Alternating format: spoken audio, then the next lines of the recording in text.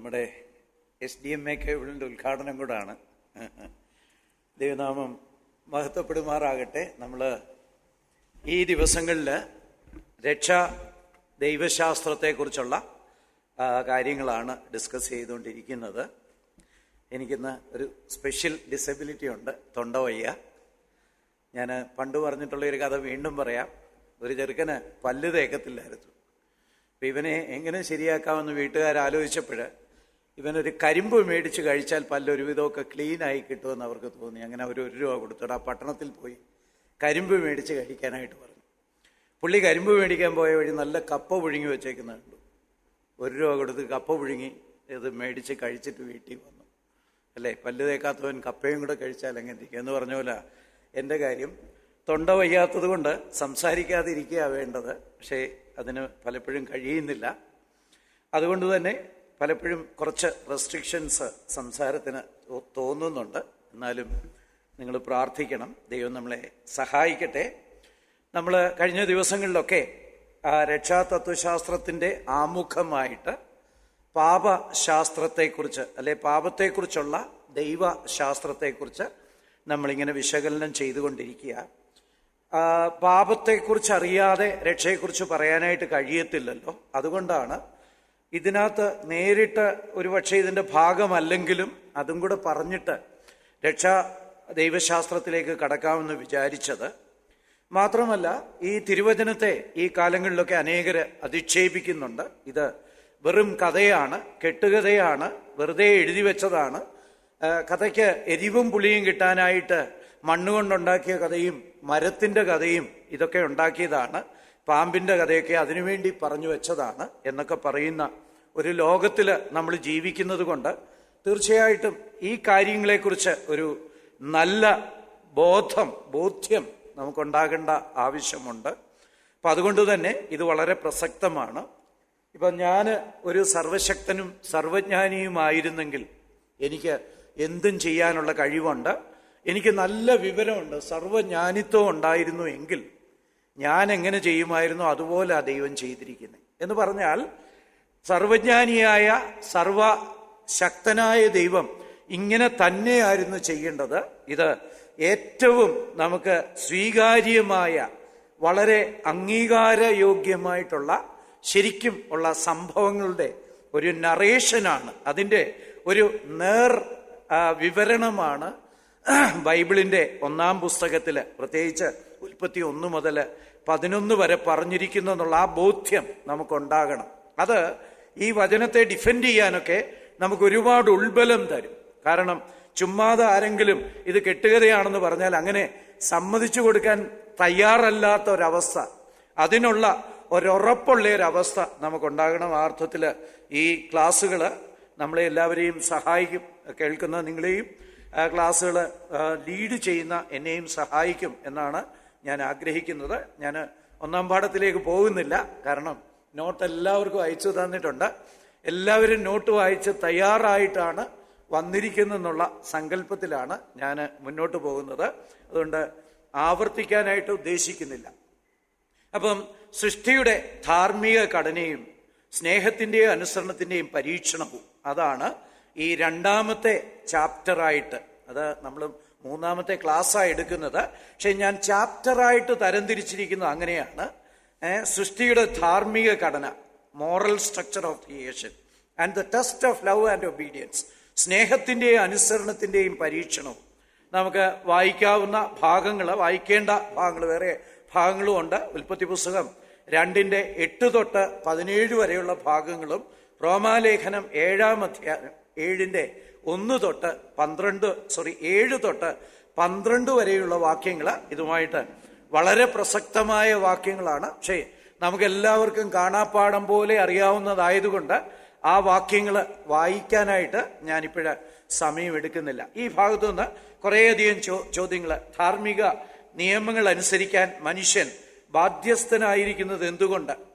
അതുപോലെ ജീവവൃക്ഷത്തിൻ്റെയും നന്മതിന്മകളെക്കുറിച്ചുള്ള അറിവിൻ്റെ വൃക്ഷത്തിൻ്റെ ഉദ്ദേശം എന്തായിരുന്നു? എന്തിനാ ഇങ്ങനെ 2 വൃക്ഷങ്ങൾ സൃഷ്ടിച്ചത്? മനുഷ്യൻ അതിൻ്റെ ഫലം തിന്ന് പാപിയായി തീരുമെന്ന് അറിഞ്ഞുകൊണ്ട് ദൈവം അറിവിൻ്റെ വൃക്ഷം സൃഷ്ടിച്ചത് എന്തിന്? അതുപോലെ അനുസരണത്തെ പരീക്ഷിക്കാൻ വൃക്ഷങ്ങൾ ഉചിതമായ ഉപകരണങ്ങളായിരുന്നുവോ? നമ്മളായിരുന്നു സർവജ്ഞാനികളും സർവശക്തരുമെങ്കിൽ ഇതിനേക്കാളും നല്ല ഒരെണ്ണം കണ്ടുപിടിക്കുമായിരുന്നുവോ? ഇങ്ങനെയുള്ള ചോദ്യങ്ങൾ. വൃക്ഷങ്ങള് മാന്ത്രിക ശക്തിയുള്ള എന്തെങ്കിലും ആയിരുന്നോ, അതോ വെറും പ്രതീകാത്മകം മാത്രമായിരുന്നുവോ? അതുപോലെ അറിവിന്റെ വൃക്ഷം മറ്റു വൃക്ഷങ്ങളിൽ നിന്ന് വ്യത്യസ്തമായിരുന്നുവോ? അതുപോലെ അനുസരണക്കേടിനെ കുറിച്ച് ദൈവം എന്ത് മുന്നറിയിപ്പാണ് കൊടുത്തത്? അതെന്തിനു വേണ്ടിയാണ് കൊടുത്തത്? ഇങ്ങനെയുള്ള ചോദ്യങ്ങളാണ്. ഈ ചോദ്യങ്ങൾ നമ്മൾ ഒന്നൊന്നായിട്ട് വീണ്ടും വിശകലനം ചെയ്യുന്നുണ്ട്. അന്നേരം കൂടുതലായിട്ട് വിശദീകരണത്തിലേക്ക് പോകാം. ദൈവം വെച്ച ധാർമ്മിക നിയമങ്ങൾ അനുസരിക്കാൻ മനുഷ്യൻ ബാധ്യസ്ഥനാണോ? ഇന്നത്തെ സമൂഹം ചോദിക്കുന്നതാണ്. അവർ നേരിട്ട് പറയുന്നതാണ്, മറ്റൊരാളെ ഉപദ്രവിക്കാത്ത ഒരു കാര്യം, ഞാൻ ചെയ്യുന്ന ഒരു കാര്യം കൊണ്ട് മറ്റൊരാൾക്ക് ഒരു ഉപദ്രവവുമില്ല. കള്ളു കുടിച്ചിട്ട് ഞാൻ വണ്ടി ഓടിക്കുന്നു, അത് ആരുടെയും വണ്ടിയിൽ ഇടിക്കുന്നു, ആളുകളെ മുട്ടുന്നു, പ്രശ്നങ്ങൾ ഉണ്ടാക്കുന്നു, അത് കുഴപ്പമാണ്. അതേസമയത്ത് ഞാൻ മുറി അടച്ചിട്ട് ആർക്കും ഉപദ്രവമില്ലാതെ കള്ളു കുടിച്ചാൽ അത് തെറ്റല്ല. മറ്റാരെയും ഉപദ്രവിക്കാത്ത ഒന്നും തെറ്റല്ല. ഇന്നത്തെ പാപത്തിന്റെ ഡെഫിനിഷൻ അതാ. അതുപോലെ തന്നെ മറ്റൊരാളുടെ സമ്മതത്തോടെ കൂടെ ചെയ്യുന്നതെല്ലാം ശരിയാ. ഇപ്പൊ നമുക്കറിയാം, യൂത്തനേഷ്യ എന്ന് പറഞ്ഞ, ദയാവധം എന്ന് പറഞ്ഞ ഒരു കൺസെപ്റ്റ് ലോകമെമ്പാടും അനേക രാജ്യങ്ങൾ നടപ്പിലാക്കി കഴിഞ്ഞു. ഒരാൾക്ക് പറയാം, എന്നെ അങ്ങ് കൊന്നേര്, എനിക്കിനി ജീവിച്ചിരിക്കാൻ താല്പര്യമില്ല, പ്രത്യേകിച്ച് രോഗികളെ കുറിച്ചാണ് എന്ന് പറഞ്ഞാൽ അവരെ കൊല്ലുന്നത് തെറ്റല്ല, അവരുടെ സമ്മതത്തോടെ. അതുപോലെ തന്നെയാണ് ഇന്ന് പല നിയമങ്ങൾ വഴിയും സംരക്ഷണമുള്ള അനേക പാപങ്ങളുണ്ട്. വ്യഭിചാരം ഉൾപ്പെടെ അനേക പാപങ്ങൾക്ക് ഇന്ന് നിയമസംരക്ഷണമുണ്ട്. അതിൽപ്പെടുന്നവരെ ഒന്നും ചെയ്യാനായിട്ട് പറ്റത്തില്ല. അതുപോലെ മറ്റു പല കാര്യങ്ങൾ, LGBT വരുന്ന അനേക കാര്യങ്ങളുണ്ട്. ഇതൊന്നും പാപമല്ല, പരസ്പര സമ്മതത്തോടെ ചെയ്താൽ പാപമല്ല. എന്നിട്ട് എല്ലാത്തിൻ്റെയും ചോദ്യം ഇതാണ്, ക്രക്സ്. ഞാൻ എന്തിന് ദൈവത്തിന്റെ ധാർമ്മിക നിയമങ്ങൾ അനുസരിക്കണം? Why should I obey God? Why should I bother about his moral precepts? ദൈവത്തിന്റെ ധാർമ്മികമായ പഠിപ്പിക്കലുകളെ ഞാൻ എന്തിനനുസരിക്കണം? ഞാനൊരു മനുഷ്യനാണ്, എന്റെ സ്വാതന്ത്ര്യമാണ് പരമപ്രധാനം. ഹ്യൂമനിസത്തിന്റെ ആപ്തവാക്യം തന്നെ അതാണ്. The highest virtue is human right. ഒരു മനുഷ്യനെ സംബന്ധിച്ച് അവന്റെ ഏറ്റവും ഉയർന്ന അവകാശം, നന്മ എന്ന് പറയുന്നത് മനുഷ്യ സ്വാതന്ത്ര്യമാണ്, ഹ്യൂമൻ റൈറ്റ്സ് ആണ്, മനുഷ്യാവകാശമാണെന്ന് പറയുന്ന ഒരു കാലമാണ്. അപ്പം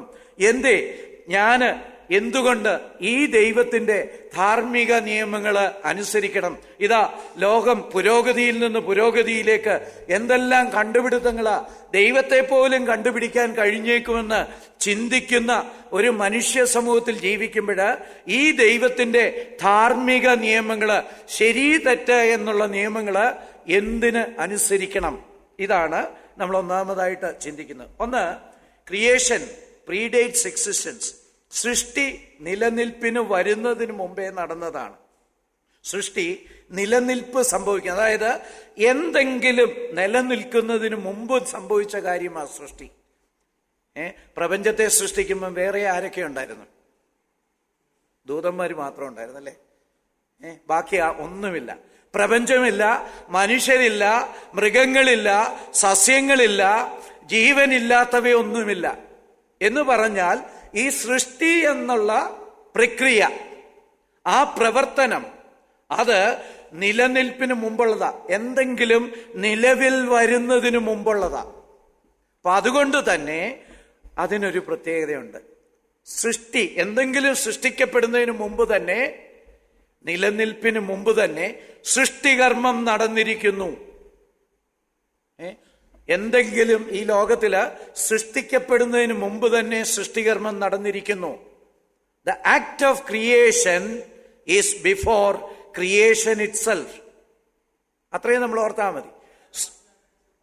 സൃഷ്ടി നടക്കുന്നതിന് മുമ്പേ തന്നെ, ഈ സൃഷ്ടി എന്നുള്ള പ്രക്രിയ നടന്ന ശേഷമാണ് സകല വസ്തുക്കളും വന്നേ. ഇപ്പൊ ഞാൻ ജനിച്ച കാര്യത്തെക്കുറിച്ച് പറഞ്ഞാല്, ഞാൻ ജനിച്ചതിന് ശേഷം എനിക്ക് റൈറ്റ്സ് ഒക്കെ ഉണ്ട്. Act, the act of creation, സൃഷ്ടി എന്ന പ്രവൃത്തി നിലനിൽപ്പിന് മുമ്പ്, എന്തെങ്കിലും നിലവിൽ വരുന്നതിന് മുമ്പ്, പ്രപഞ്ചത്തിന് മുമ്പ്, മനുഷ്യന് മുമ്പ്, ജീവികൾക്ക് മുമ്പ്, സസ്യങ്ങൾക്ക് മുമ്പ് സൃഷ്ടി എന്ന പ്രക്രിയ, the act of creation predates existence. എന്തെങ്കിലും നിലവിൽ വരുന്നതിന് മുമ്പേ സൃഷ്ടി എന്നുള്ള പ്രക്രിയ ദൈവം ചെയ്തു. അതുകൊണ്ടുള്ള പ്രത്യേകതകൾ നമുക്ക് പിന്നീട് വരാം. അവകാശവും നിലനിൽപ്പ് ആരംഭത്തിന് ശേഷമേ ഉന്നയിക്കാൻ കഴിയൂ. അവകാശം, ഞാനില്ലാത്ത ഒരു കാലത്ത് എനിക്കൊരു അവകാശവും പറയാൻ പറ്റത്തില്ല. ഞാൻ ജനിച്ചത് 1957 55 എൻ്റെ അപ്പൻ ഒരു കാര്യം എന്തിനങ്ങനെ ചെയ്തു. അപ്പൻ്റെ കയ്യിലുണ്ടായിരുന്ന കാശിൽ 1,00,000 രൂപ ഒരു ചാരിറ്റിക്ക് ഞാൻ ജനിക്കുന്നതിന് മുമ്പേ കൊടുത്തെന്ന് വിചാരിക്കുക. എനിക്കത് ചോദിക്കാൻ ഒരവകാശമില്ല. എടാ കുഞ്ഞെ, നീ ജനിച്ചത് തന്നെ 57. ഇതിനു മുമ്പേ ഞാൻ ചെയ്ത കാര്യങ്ങളെ നീ എങ്ങനാ ചലഞ്ച് ചെയ്യുന്നത്?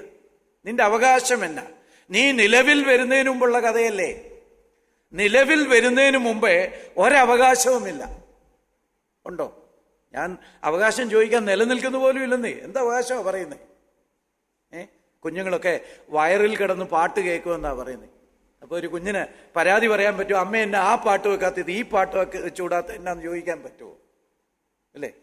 എനിക്ക് കുറെ കൂടി ഇഷ്ടമുള്ള പാട്ട് ഇതാ, കുറെ കൂടി ആത്മീയതയുള്ള ഈ പാട്ടല്ലേ, അമ്മ എന്നാ അത് നിലനിൽക്കുന്ന പോലും ഇല്ലെന്ന് പിന്നെ എങ്ങനെയാ ചോദിക്കുന്നേ?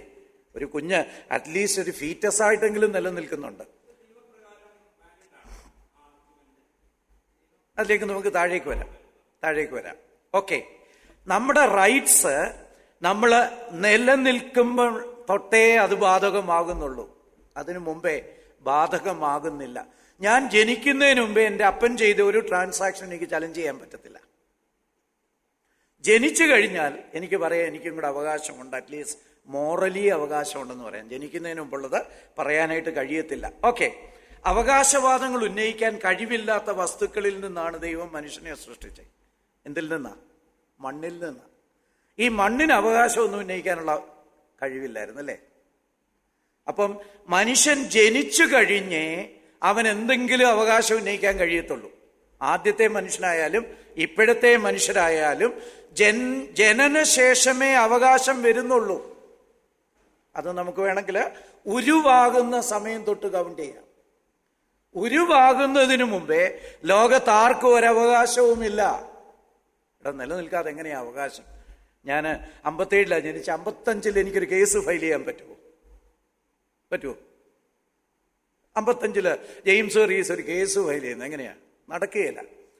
Without existing you cannot challenge a thing, which means that you had no right at that time. കളിമണ്ണിന് എന്ത് അവകാശമാണ് അല്ലേ? അത് പറയുമ്പോൾ ഒരു വാക്യം എല്ലാവരുടെയും മനസ്സിലേക്ക് വരും. ആ വാക്യം ഞാൻ പിന്നീട് ഉദ്ധരിക്കുന്നുണ്ട് അല്ലേ? ഓക്കെ, അതുകൊണ്ട് താൻ സൃഷ്ടിക്കപ്പെട്ട മാതൃകയെ വെല്ലുവിളിക്കാൻ മനുഷ്യന് നിയമപരമായിട്ടുള്ള അവകാശമില്ല. എനിക്കെന്തിനാ ആ റൈറ്റ്? എനിക്കെന്തിനാ ഈ റൈറ്റ്? എനിക്കെന്താ ആ അധികാരമില്ലാത്തത്? എനിക്കെന്താ ഈ അധികാരമില്ലാത്തത്? എനിക്കെന്താ ഈ സ്വാതന്ത്ര്യമില്ലാത്തത്? എനിക്കെന്താ ഈ നിയന്ത്രണം വെച്ചത് എന്നൊന്നും ദൈവത്തെ ചലഞ്ച് ചെയ്യാനുള്ള അവകാശം നമുക്കില്ല. കാരണം നമ്മൾ നിലനിൽക്കുമ്പോഴാണ് നമ്മുടെ അവകാശങ്ങൾ വരുന്നത്. ആ നിലനിൽപ്പിലേക്ക്, അല്ലെങ്കിൽ ജനിച്ച സമയത്ത്, ഉരുവായ സമയത്ത് തന്നെ ഈ സകല റെസ്ട്രിക്ഷനുകളോടുകൂടെയാണ് നമ്മൾ ജനിച്ചത്. അതുകൊണ്ട് ഇനിയും അതിനെ ചലഞ്ച് ചെയ്യാനായിട്ട് സാധിക്കത്തില്ല. നമ്മുടെ കാറ് അതിനൊരു പരാതി ഉന്നയിക്കാൻ അവകാശമില്ല അല്ലേ? എന്നെ ഇട്ട് ഇങ്ങനെ ഓടിക്കുക, രാവും പകലും ഞാൻ ഓട്ടത്തോടോട്ടമാണ്. ഒരു ഡ്രൈവർക്ക് വേണമെങ്കിൽ പറയാം, ഞാൻ ഒരുപാട് കഷ്ടപ്പെടുന്നുണ്ട്. ഓടിക്കുന്ന ആളിന് പറയാം, കഴിഞ്ഞ 5 മണിക്കൂറായിട്ട് ഞാൻ ഡ്രൈവ് ചെയ്യുക. പക്ഷേ കാറിന് ഇതൊന്നും പറയാൻ പറ്റത്തില്ല. ഇത് ഇന്നാനിമേറ്റാ. ആ ഇന്നാനിമേറ്റായിട്ടുള്ള ഒരു സാധനത്തിന് ഒരവകാശം ഉന്നയിക്കാൻ പറ്റത്തില്ല. മനുഷ്യനെ സൃഷ്ടിക്കുന്നതിന് മുമ്പേ ജീവനില്ലാത്ത വസ്തുവായിരുന്നു. അന്ന് നമുക്ക് ഒരവകാശങ്ങളുമില്ല. ഇത് റോമാലേഖനം 9:20 ഉണ്ട്. എന്തുവാ? കളിമണ്ണിന് കുശവനോട് നീ എന്നെ ഇങ്ങനെ സൃഷ്ടിച്ചത് എന്ത് എന്ന് ചോദിക്കാൻ അവകാശമില്ല. ഞാൻ നിലനിൽക്കാത്ത കാലത്ത് ഉള്ള ഒരു കാര്യത്തെക്കുറിച്ച് എനിക്ക് ചലഞ്ച് ചെയ്യാൻ പറ്റില്ല. നിയമപരമായിട്ടുള്ള സൈഡ് അറിയണമെങ്കിൽ ഡിവോഴ്സ് എടുത്താൽ മതി. ഡിവോഴ്സ് കേസിൽ ഭാര്യയും ഭർത്താവും അടിച്ചു പിരിയുക. അപ്പം ഭാര്യയ്ക്ക് ഈ പുള്ളി എന്നെ കല്യാണം കഴിക്കുന്നതിന് മുമ്പേ ഒരു ബിസിനസ് നടത്തി 5 കോടി ലാഭം ഉണ്ടാക്കിയിട്ടുണ്ട്, അതിന്റെ ഷെയർ എനിക്ക് വേണമെന്ന് പറഞ്ഞാൽ കിട്ടുമോ? കിട്ടത്തില്ല. ഞാനും ഭർത്താവും കൂടെ ഒരുമിച്ച ശേഷം ഞങ്ങൾ ഒരുമിച്ച് 3 കോടി ഉണ്ടാക്കിയിട്ടുണ്ട്, അതിന്റെ പകുതി എനിക്ക് തരണമെന്ന് പറയാം. ആ റിലേഷൻഷിപ്പ് തുടങ്ങുന്നതിന് മുമ്പേ ഭർത്താവ് ചെയ്ത ഒരവകാശവും കാര്യത്തിലും ഈ സ്ത്രീക്ക് അവകാശമില്ല. രണ്ടുപേരും ഒരുമിച്ച് ജീവിതം ആരംഭിച്ചു കഴിഞ്ഞിട്ട് ആ കുടുംബമായിട്ടുണ്ടാകുന്ന സകല സ്വത്തിനും രണ്ടുപേർക്കും അവകാശമുണ്ട്. ലോകത്തിലെ നിയമങ്ങളെല്ലാം ഇങ്ങനെ തന്നെയാണ്. കലത്തിന്, കളിമണ്ണിന് കുശവനോട് നീ എന്നെ ഇങ്ങനെ എന്താ സൃഷ്ടിച്ചെന്ന് ചോദിക്കാനുള്ള അവകാശമില്ല.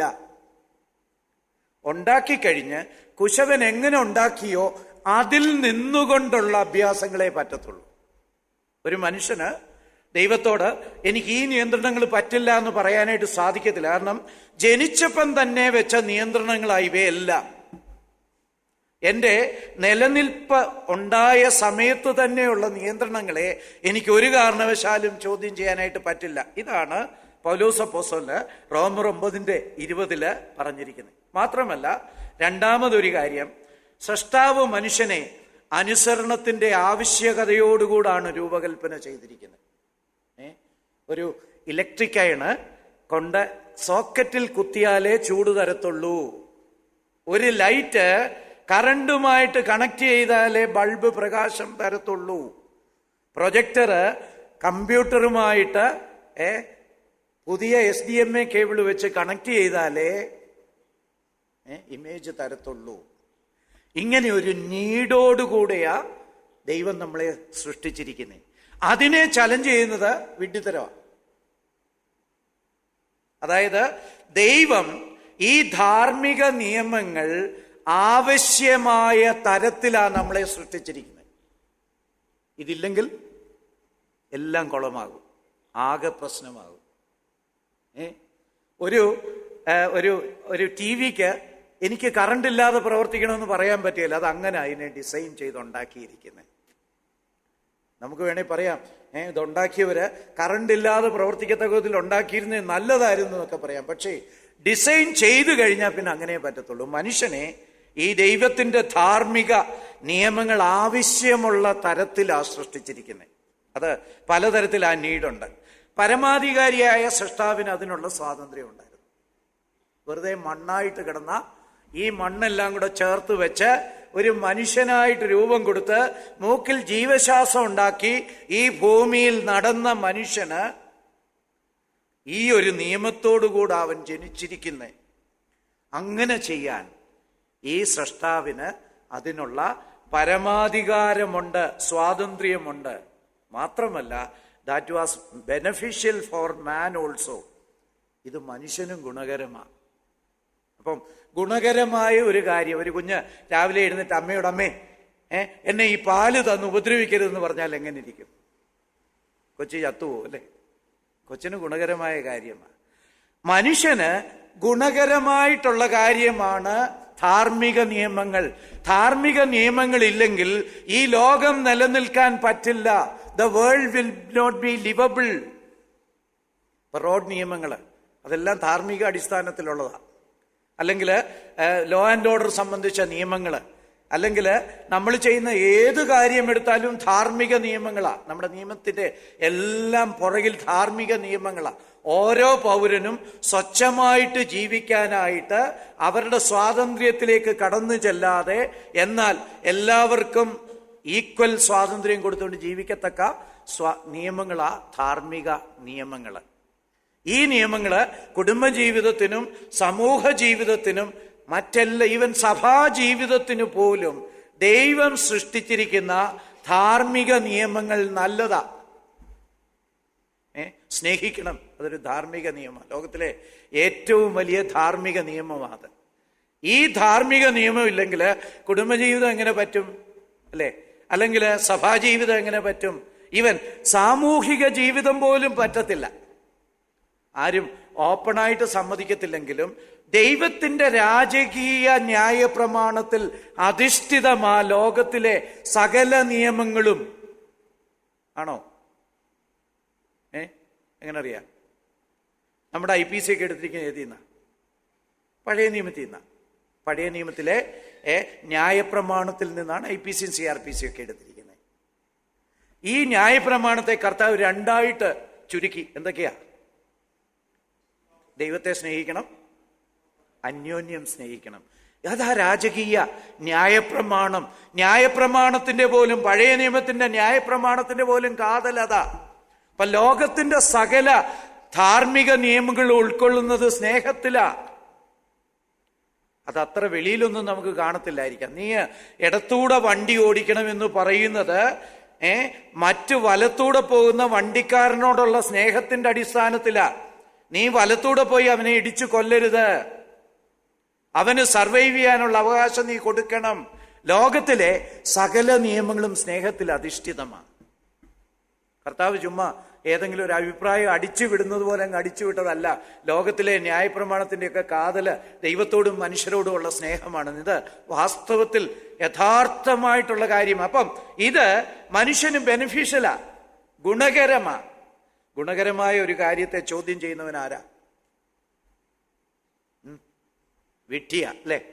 കാളിദാസൻ ഗുണകരമായ കാര്യത്തെ ചോദ്യം ചെയ്ത ആളാ. ഇരിക്കുന്ന മരത്തിന്റെ കൊമ്പ് മുറിച്ചു അല്ലെ? അപ്പൊ അത് ഒരു വിഡ്ഢിത്തരത്തിന്റെ, ദൈവത്തിന്റെ ധാർമ്മിക നിയമങ്ങളെ ചോദ്യം ചെയ്യുന്നത് വിഡ്ഢിത്തരമാണ്. ഓക്കെ, സ്നേഹവാനായ ഒരു ദൈവത്തിന് ഗുണകരമായ കാര്യങ്ങൾ മാത്രമേ ചെയ്യാൻ പറ്റൂ. മനുഷ്യനെ ഉണ്ടാക്കിയാൽ ധാർമ്മിക നിയമങ്ങളോടുകൂടെ മാത്രമേ ഉണ്ടാക്കാൻ പറ്റത്തുള്ളൂ. കള്ളം പറയരുത്, കള്ളസാക്ഷ്യം പറയരുത്, കൊല ചെയ്യരുത്, മോഷ്ടിക്കരുത്, വ്യഭിചാരം ചെയ്യരുത്, കള്ളസാക്ഷ്യം പറയരുത്. ധാർമ്മിക നിയമങ്ങളോടുകൂടെ മാത്രമേ ദൈവത്തിന് മനുഷ്യനെ സൃഷ്ടിക്കാൻ കഴിയൂ. എന്താ കാരണം? ഇത് മനുഷ്യന് ഗുണകരമാണ്. മനുഷ്യന് ഗുണകരമായ ഒരു കാര്യം ചെയ്യാതിരിക്കാൻ ദൈവത്തെ കൊണ്ടാകില്ല. അയ്യോ, ദൈവത്തിന് പറ്റാത്ത കാര്യങ്ങളുണ്ടോ? ഉണ്ട്. വേദോസത്തിൽ തന്നെ ഒരുപാട് എഴുതിയിട്ടുണ്ട്. ഗോഡ് കനോട്ട് ലൈ. ദൈവത്തിന് നുണ പറയാൻ പറ്റത്തില്ല, ദൈവത്തിന് പാപം ചെയ്യാൻ പറ്റത്തില്ല. അതെന്താ കാരണം?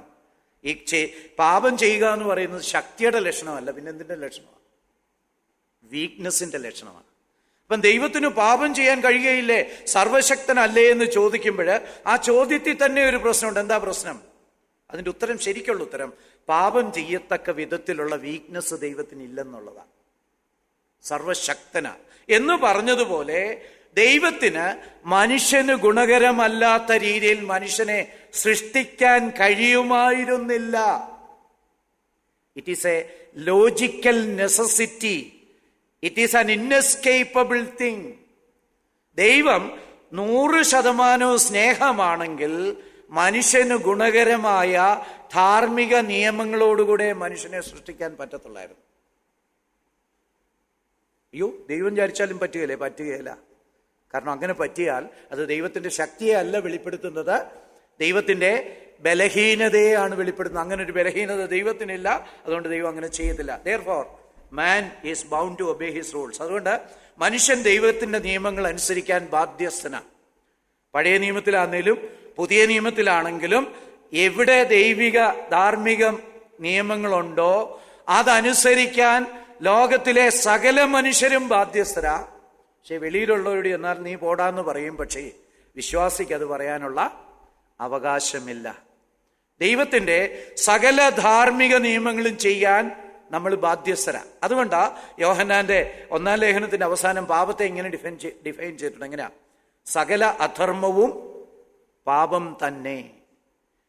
ഓൾ അൺറൈച്ചസ്നെസ്, സകല അധർമ്മവും പാപം തന്നെ. അതുകൊണ്ടാ ലോകത്തിലെ അധർമ്മങ്ങൾക്കൊക്കെ എതിരെ പടപൊരുതിയവരില് മുന്നേ നിന്നത് വിശ്വാസികളായിരുന്നു. ബ്രിട്ടനിലെ അടിമ നിയമം കൊണ്ടുവന്നത് വില്യം വില്ലർഫോഴ്സ് ആയിരുന്നു. അദ്ദേഹം ഒരു വളരെ വളരെ കമ്മിറ്റ്മെന്റ് ഉള്ള, പ്രതിബദ്ധതയുള്ള വിശ്വാസിയായിരുന്നു.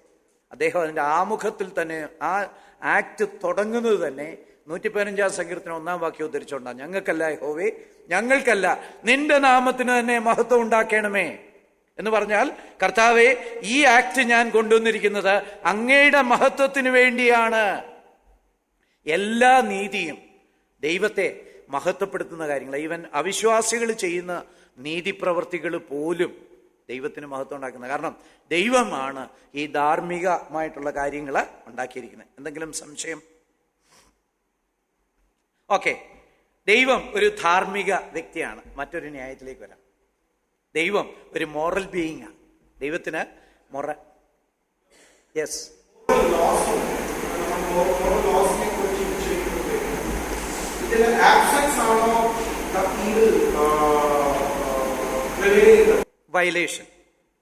വയലേഷൻ ഓഫ് മോറൽ റൂൾസ്, ലംഘനം ഏതെങ്കിലും ഒരു മോറൽ ലോയെ, അതായത് എല്ലാവരെയും സ്നേഹിക്കണം, അതെവിടെങ്കിലും നിരാകരിക്കപ്പെട്ടാൽ ഈവിളാണ്.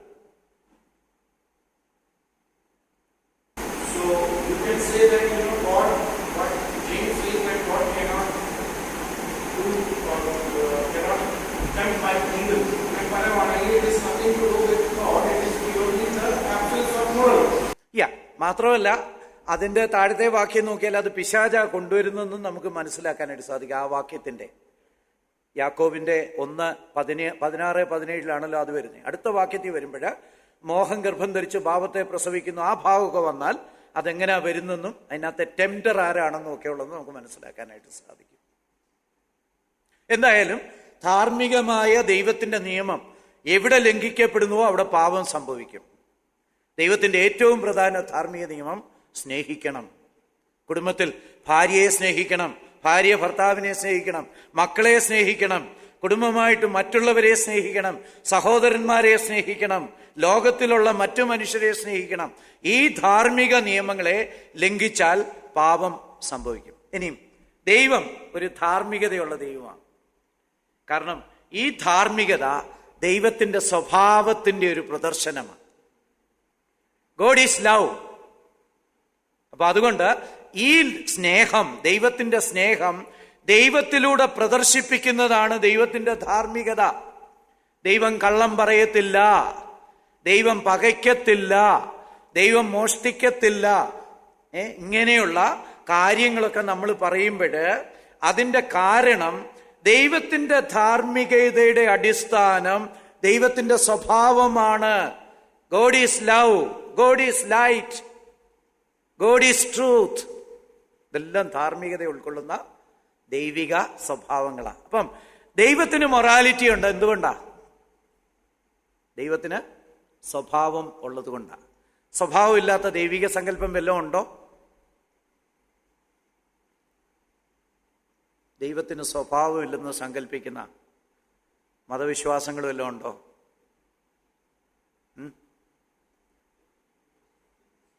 അദ്വൈതം. ഈ പ്രപഞ്ചത്തിന്റെ പിന്നില് ഒരു സാരമുണ്ട്. അതിന് ബ്രഹ്മൻ എന്നാ പറയുന്നത്. ബ്രഹ്മാവല്ല, ബ്രഹ്മൻ. ഈ ബ്രഹ്മൻ നിർഗുണ പരബ്രഹ്മമാ. നിർഗുണനാ. സ്നേഹവുമില്ല, കരുണയുമില്ല, കൃപയുമില്ല, ഒരു സ്വഭാവവുമില്ല. അതുകൊണ്ട് തന്നെ ഒരു ധാർമ്മിക മൂല്യവുമില്ല, നീതിയുമില്ല, നീതികേടുമില്ല, ഒന്നുമില്ല. പക്ഷേ ബൈബിള് വെളിപ്പെടുത്തുന്ന ദൈവം ഏറ്റവും നല്ല ക്വാളിറ്റീസ് ഉള്ള, അല്ലെങ്കിൽ ക്യാരക്ടേഴ്സ് ഉള്ള ദൈവമാണ്. ആ ദൈവത്തിന്റെ ധാർമ്മിക മൂല്യങ്ങളെല്ലാം ദൈവത്തിന്റെ ക്യാരക്ടറിൽ നിന്നാണ് വന്നേക്കുന്നത്. സൽസ്വഭാവത്തിന്റെ വിളനിലമാണ്. അതുകൊണ്ടാ മത്തായിയുടെ സുവിശേഷത്തിൽ ഞാൻ സൽഗുണപൂർണനായിരിക്കുന്നത് പോലെ നിങ്ങളും സൽഗുണപൂർണരാകുവേൻ. ദൈവം സൽഗുണപൂർണനാണ്. അതിന്റെ കാരണം ദൈവത്തിന്റെ ക്യാരക്ടേഴ്സാണ്, ദൈവത്തിന്റെ സ്വഭാവമാണ്. അപ്പം ദൈവത്തിന് സ്വഭാവമുണ്ട്. ദൈവത്തിന്റെ സ്വഭാവമാണ് അബ്സല്യൂട്ട് വിർച്യു, പെർഫെക്റ്റാ, 100% പരമമായ സദ്ഗുണമാണ് ദൈവത്തിന്റെ ഗുണങ്ങളൊക്കെ. ഇതിനപ്പുറം ചിന്തിക്കാൻ പറ്റത്തില്ല. ഗോഡ് ഈസ് ലവ് എന്ന് പറഞ്ഞാൽ അതൊന്ന് ഇംപ്രൂവ് ചെയ്യാനായിട്ട് ദൈവത്തിന്റെ സ്നേഹത്തെക്കാളും വലിയൊരു സ്നേഹം ഞാനൊന്ന് കാണിച്ചു കളയാം ഇല്ല. അത് ക്രൂശിലാണ് നമ്മൾ കാണുന്നത്. ദൈവത്തിന്റെ സ്നേഹത്തിന്റെ പാരമ്യം സ്വന്തം പുത്രനെ വെറും കൊള്ളരുതാത്തവരായ പാപികൾക്ക് വേണ്ടി യാഗമർപ്പിക്കാൻ തയ്യാറാകുന്ന ദൈവത്തിന്റെ സ്നേഹം. ഇതാരാ ഇംപ്രൂവ് ചെയ്യാൻ പറ്റുന്നത്? How can improve upon it? അല്ലെ? ദൈവത്തിന്റെ സ്വഭാവങ്ങളാണ് ഏറ്റവും ഉന്നതമായ സ്വഭാവങ്ങൾ.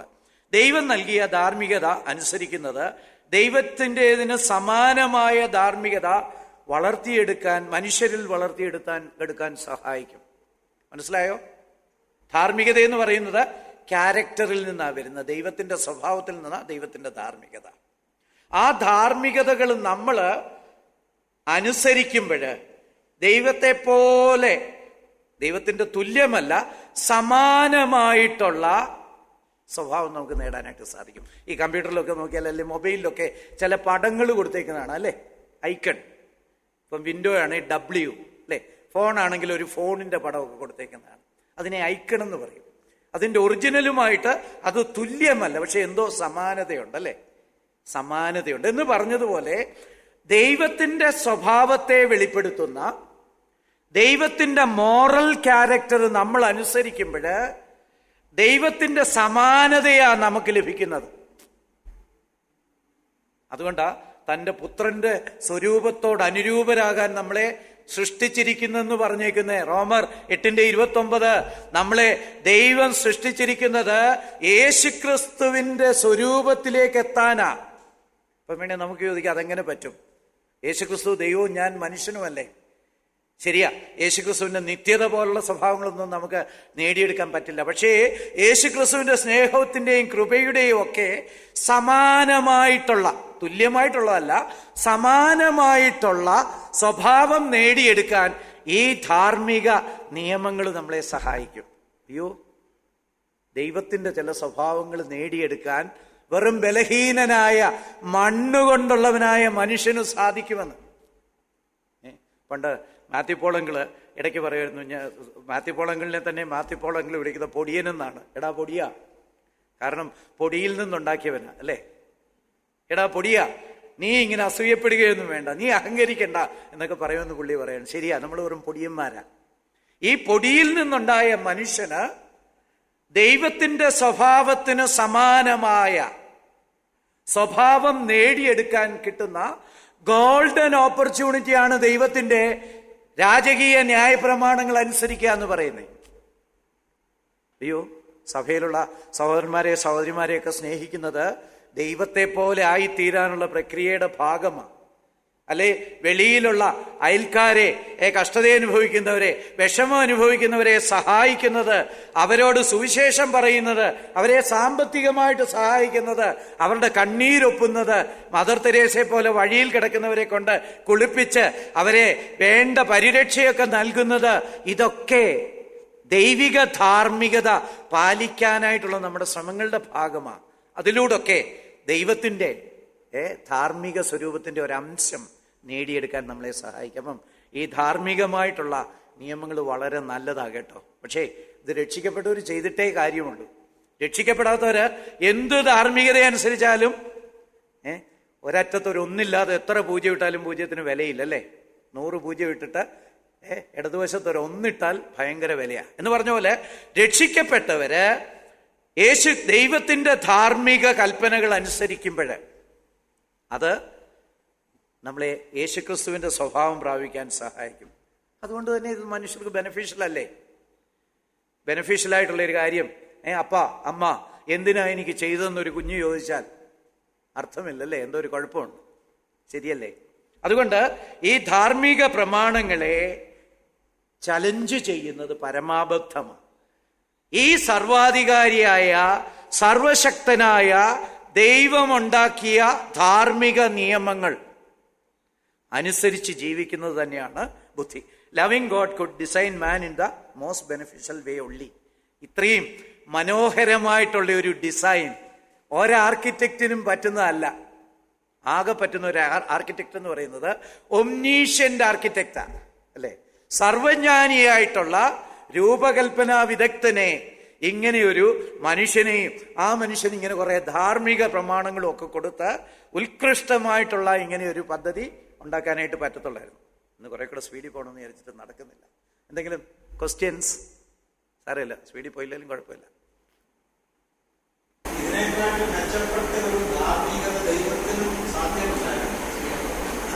കാരണം എന്താണെന്ന് വെച്ചാൽ ഇതാ ബെസ്റ്റിനേക്കാളും ഒരു ബെസ്റ്റ് ഉണ്ടാക്കാൻ പറ്റുമോ എന്നുള്ള ചോദ്യം തന്നെ അർത്ഥവത്തല്ല. പണ്ടാരാണ്ട് പറഞ്ഞു, ലാസ്റ്റ് ബസ് കഴിഞ്ഞു ഇനി ഒരു ബസ്സും കൂടെ ഉണ്ട് എന്ന് പറഞ്ഞ പോലെ. ഇപ്പം അത് ലോജിക്കലല്ല. ദൈവത്തിൻ്റെ സ്വഭാവമാണ് മാതൃകയായിട്ട് ദൈവം എടുത്തിരിക്കുന്നത്. അപ്പം അതിനെ മെച്ചപ്പെടുത്തുന്നത് എങ്ങനെ? അതാണ് അറ്റ്മോസ്റ്റ്. പക്ഷെ നമ്മൾ നടപ്പിൽ വരുത്തുമ്പോൾ അതിന് ഒരുപാട് കുറവുകളൊക്കെ ഉണ്ട് എന്നേ ഉള്ളൂ. അതൊരു ഐക്കൺ പോലെ. നമ്മൾ മനസ്സിലാക്കിയ ധാർമ്മികതയല്ലേ, നമ്മൾ മനസ്സിലാക്കാത്ത ധാർമ്മികത ദൈവത്തിന്. അത് ഈ ദൈവത്തിന്റെ സ്നേഹം എന്ന് പറയുന്നതിന് അതിരില്ല. അപ്പം ഈ ധാർമ്മികതയ്ക്ക് ഇപ്പം നമ്മൾ മനസ്സിലാക്കിയതിനൊന്നും നമ്മൾ അതിരിൻ്റെ ഒരു അറ്റത്ത് പോലും എത്തുന്നില്ല. ആ ഒരു ലിമിറ്റേഷൻ മനുഷ്യർക്കുണ്ട്. പക്ഷേ കൂടുതൽ ദൈവത്തിന്റെ ധാർമ്മികതയുമായിട്ട് നമ്മൾ ഇഴുകിച്ചേരുമ്പം കൂടുതൽ മനസ്സിലാക്കുകയും കൂടുതൽ ചക്രവാളങ്ങൾ കീഴടക്കാൻ പറ്റുകയും ചെയ്യും. പിന്നെ റെവലേഷനിലാണ് ഈ ധാർമ്മികതയൊക്കെ മനുഷ്യൻ കണ്ടുപിടിച്ചല്ല, ദൈവം തന്നെ വെളിപ്പെടുത്തി തന്നതാണ്. ഒരു മനുഷ്യനായിട്ട് ആവശ്യമുള്ള അളവിൽ അത് വെളിപ്പെടുത്തപ്പെട്ടിട്ടുണ്ട്. അളവിൽ മനുഷ്യന് പറ്റുന്ന, മനുഷ്യനാവശ്യമായിട്ടുള്ള അളവില് അത് വെളിപ്പെടുത്തി തന്നിട്ടുണ്ട്. പക്ഷെ ഇപ്പോഴും നമുക്കത് പൂർണ്ണമായിട്ട് മനസ്സിലായിരിക്കണമെന്നില്ല. ഇപ്പം സ്നേഹം എന്നൊക്കെ നമ്മൾ, ദൈവസ്നേഹം എന്നൊക്കെ വളരെ ലാഘവത്തോടുകൂടെ പറയും അല്ലേ. ആ ക്രൂശിൽ അനുഭവിച്ച ആ പങ്കപ്പാട്, അതിൻ്റെ അർത്ഥം പോലും നമുക്ക് പിടികിട്ടുന്നില്ല. നിത്യനായ ദൈവം, സർവശക്തനായ ദൈവം ക്രൂശിൽ ഒരു സെക്കൻഡ് അനുഭവിക്കുന്ന വേദനയുടെ അളവ് എത്ര? ഇൻഫിനിറ്റാ, അനന്തമാ, അളവിൽ, ഇറ്റേണിറ്റി ടു എറ്റേണിറ്റിയാ. അപ്പൊ അങ്ങനെ വരുമ്പോൾ നമുക്കിതൊന്നും മനസ്സിലാക്കാൻ കഴിയുന്നില്ല. പക്ഷേ മനസ്സിലാക്കാൻ ആവശ്യമുള്ള അളവനുസരിച്ച് ദൈവം വെളിപ്പെടുത്തി തന്നിട്ടുണ്ട്. കൂടുതൽ നമ്മൾ യേശുക്രിസ്തുവിന്റെ സ്വരൂപത്തോട് അനുരൂപപ്പെടുമ്പം കൂടുതൽ മനസ്സിലാക്കാനായിട്ട്.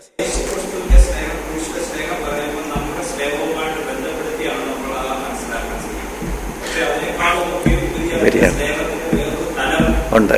കാരണം എന്ന് വെച്ചാൽ ദൈവത്തിന്റെ സ്നേഹത്തിന്റെ റെഫറൻസ് പോയിന്റിൽ അതിന്റെ അടിസ്ഥാനത്തിൽ നമുക്ക് ചിന്തിക്കാൻ പറ്റത്തില്ല.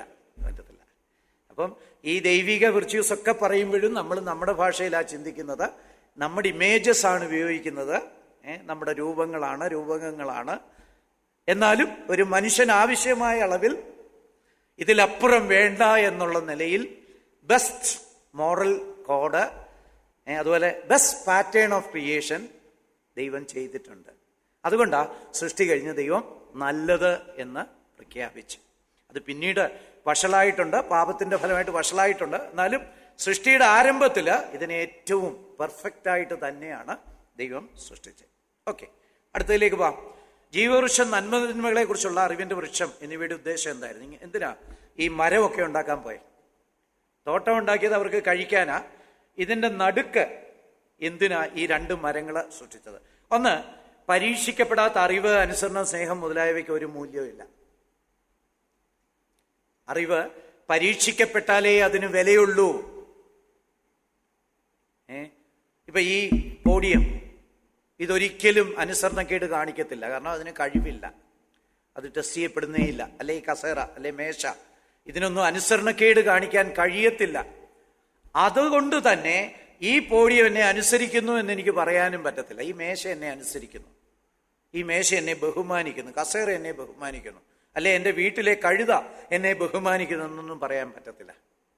അതിന് അനുസരിക്കാനും അനുസരിക്കാതിരിക്കാനും ഒന്നും കഴിയില്ല. ഇപ്പം പട്ടികളുടെ മനുഷ്യനോടുള്ള സ്നേഹമൊക്കെ കണ്ടിട്ട് ഇപ്പം പലരും പറയുന്നുണ്ട് ആ പട്ടിക്ക് പലതും മനഃപൂർവ്വം അത് ചെയ്യുന്നൊന്നുമല്ല, അത് മുഴുവൻ പ്രോഗ്രാംഡാ. ആനയെക്കുറിച്ചൊക്കെ പറയാറുണ്ട്, ആന ഭയങ്കര ബുദ്ധിശാലിയാ, അത് പുതിയ കാര്യങ്ങളല്ല, എല്ലാം പ്രോഗ്രാംഡാ. മനുഷ്യന് മാത്രം കൊടുത്തിരിക്കുന്ന ഒരു കഴിവാണ് ഈ അനുസരിക്കാനും അനുസരിക്കാതിരിക്കാനും ഒക്കെയുള്ള കഴിവ്. അപ്പൊ ഈ അനുസരണം എന്നുള്ള പദം, അല്ലെങ്കിൽ അറിവ് എന്നുള്ള കാര്യം, അല്ലെ സ്നേഹം, ഇതൊക്കെ പരീക്ഷിക്കപ്പെട്ടാലേ ഇതിന് വിലയുള്ളൂ. അത് ഉദാഹരണം പറഞ്ഞു കഴിയുമ്പോൾ നിങ്ങൾക്ക് മനസ്സിലാകും. സർവകലാശാലയിലെ പരീക്ഷ അറിവ് സാക്ഷ്യപ്പെടുത്താനുള്ള ഒരു മാർഗമാണ് അല്ലേ. പോളെ, പരീക്ഷ ഇഷ്ടമാണോ? അടുത്ത പരീക്ഷയ്ക്ക് വേണ്ടി കാത്തിരിക്കല്ലേ പോളെ, അല്ലേ? ഈ പരീക്ഷയൊന്ന് വന്നിരുന്നെങ്കിൽ ആണോ? എന്താ മോളെ, പരീക്ഷ വരണമെന്ന് വലിയ ആഗ്രഹമല്ലേ? ആണോ? അല്ല, നമുക്ക് ആർക്കും ഇഷ്ടമല്ല പരീക്ഷ, വലിയ പാടാ. പരീക്ഷ എങ്ങനെയും എഴുതി ജയിച്ചു കഴിഞ്ഞാൽ വലിയ ആശ്വാസവും അല്ലേ.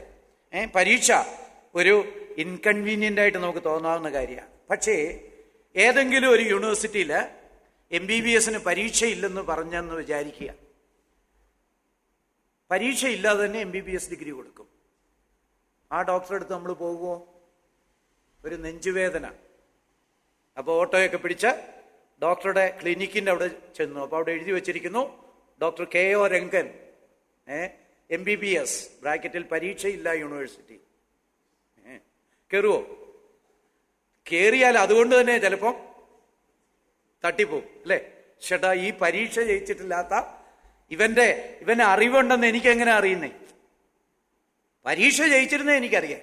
അപ്പൊ അറിവ് ടെസ്റ്റ് ചെയ്യുന്നത് പരീക്ഷ വഴിയാ. അതുപോലെ അനുസരണം, സ്നേഹം, ലൊയാലിറ്റി, ഇതുപോലെയുള്ള സകല കാര്യങ്ങളും ടെസ്റ്റ് ചെയ്യുന്നത് പരീക്ഷയിലൂടാണ്.